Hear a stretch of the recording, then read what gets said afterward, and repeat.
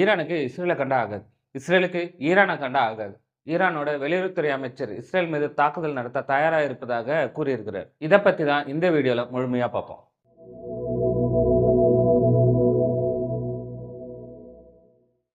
Middle ஈஸ்ட்ல இருக்கிற எல்லா நாடுகள் கூடயும் பகையை வளர்த்து வச்சிருக்கிற ஒரே நாடுன்னு பார்த்தீங்கன்னா இஸ்ரேல் மட்டும்தான்.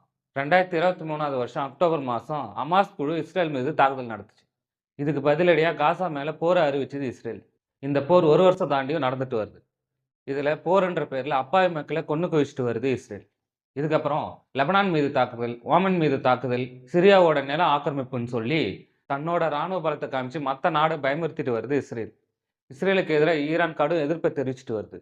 இதுக்கு முக்கிய காரணம்னு பார்த்தீங்கன்னா, ஹமாஸ் அமைப்பு ஈரான் ஆதரவுல செயல்படக்கூடிய ஒரு அமைப்பு. இந்த குழுவை வச்சு ஈரான் இஸ்ரேலுக்கு குடைச்சல் கொடுத்துட்டு வந்துட்டு இருந்துச்சு. இஸ்ரேலோட பக்கத்து நாடான லெபனான்ல இருந்து ஹிஸ்புல்லா அமைப்பு இஸ்ரேல் மீது தாக்குதல் நடத்துச்சு. இதை சமாளிச்ச இஸ்ரேல் ஹிஸ்புல்லா தலைவர் தளபதிகளை கொன்னு குவிச்சுது. இதனால கோவத்தோட உச்சிக்கே போன ஈரான் கடந்த அக்டோபர் மாதம் 1ஆம் தேதி இஸ்ரேல் மீது தாக்குதல் நடத்துச்சு. இதுக்கு 26 நாள் கழிச்சு அக்டோபர் 27ஆம் தேதி இஸ்ரேலோட 100 ஃபைட்டர் ஜெட் ஈரானுக்குள்ள போய் தாக்குதல் நடத்துச்சு. இதுல இஸ்ரேல் சூப்பர்சோனிக் ஏவுகணைகளை பயன்படுத்துச்சு. ஈரானோட ட்ரோன் ஸ்டேஷன்களை குறி வச்சு தாக்கி அழிச்சுது. இப்படி ஈரானுக்கும் இஸ்ரேலுக்கும் மோதல் நடந்துட்டு வரும் நிலையில ஈரானோட ஃபாரின் மினிஸ்டர் இஸ்ரேலுக்கு எச்சரிக்கை ஒன்று கொடுத்திருக்காரு. ஈரானோட ஃபாரின் மினிஸ்டர் மீடியாவுக்கு கொடுத்த பேட்டியில இஸ்ரேலோட தாக்குதலை எதிர்கொள்ள தயாரா இருக்கும். எங்களை தாக்குனா மத்திய கிழக்குல மிகப்பெரிய போருக்கு இது வழிவகுக்கும். இதனால இஸ்ரேல் இந்த தவறான செயலை செய்யாதுன்னு நம்புறோம்னு சொல்லி அவர் தெரிவிச்சிருந்தார். இவர் அளிச்ச பேட்டியில 2 விஷயம் இருக்கு. ஒன்னு இஸ்ரேல் சம்பந்தப்பட்டது, இன்னொன்னு ஈரான் அமெரிக்கா சம்பந்தப்பட்டது. இப்போ காசா மேல இஸ்ரேல் போர் தொடுத்துட்டு வருது.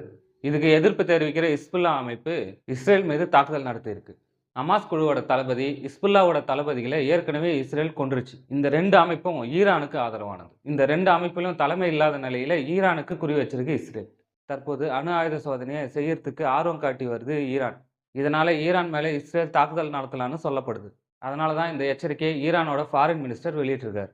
அதே போல ஈரானுக்கும் அமெரிக்காவுக்கும் எப்பவுமே ஆகாது. இதுக்கு முன்னாடி ஈரான் மேல அமெரிக்கா பல்வேறு பொருளாதார தடைகளை விதிச்சது. அமெரிக்க அதிபர் ஜோ பைடனுடைய பதவிக்காலம் முடிவடைய உள்ள நிலையில ஜனவரி 20ஆம் தேதி டொனால்ட் ட்ரம்ப் பதவியேற்க இருக்காரு. இவரு ஜோ பைடனை விட ஈரான் எதிர்ப்புல ரொம்ப கடுமையானவரா பார்க்கப்படுறாரு.